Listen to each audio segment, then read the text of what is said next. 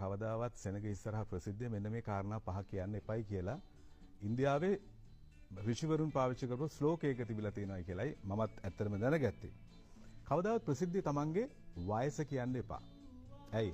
වයසට සමහර කට්ටිය පහර ගහනවා. කවදාවත් ප්‍රසිද්ධිය කියන්න එපා තමන්ට තියෙන ලෙඩ ගැන. මට ඩයබටිස් නේ, මට ප්‍රෙෂර් තියෙනවනේ. කවදාවත් කියන්න එපා. කවදාවත් කියන්න එපා කියලා කියනවා තමන්ට තියෙන මුදල් ප්‍රමාණය. එකක් තමයි ණයට ඉල්ලන්න එන්න පුළුවන්. නැත්නම් සොර සතරන් නැති වෙන්න පුළුවන්. හතරවෙනි කාරණේ හරි වැදගත්. කවදාවත් කියන්න එපා ඔබ කරපු හොඳ දේවල්.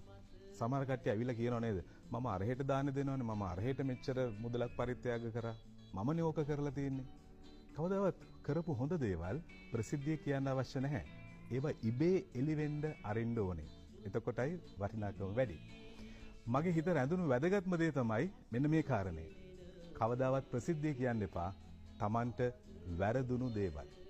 සමහරවිට අපි කියනවානේ අනේ අරය ඇවිල්ලා මගෙන් දුක් කියලා ඉල්ලුවා මෙච්චර මුදලක් මම දුන්නා දැන් මිනිහත් නැහැ ආගිය අතක් නැහැ මට සල්ලිත් නැහැ. වැරදිච්ච තැන් තියෙනවා. කවදාවත් වැරදිච්ච තැන් ප්‍රසිද්ධිය කියන්න එපා. හේතුව අපේ ප්‍රතිවාදීන් දැනගන්නවා අපි කොච්චර මෝඩද කොච්චර ඉක්මනින් රවට්ටන්න පුළුවන්ද කියලා. වයස, ලෙඩ, ධනය, කරපු හොඳ දේවල් සහ වැරදුණු දේවල් කියන්න එපා.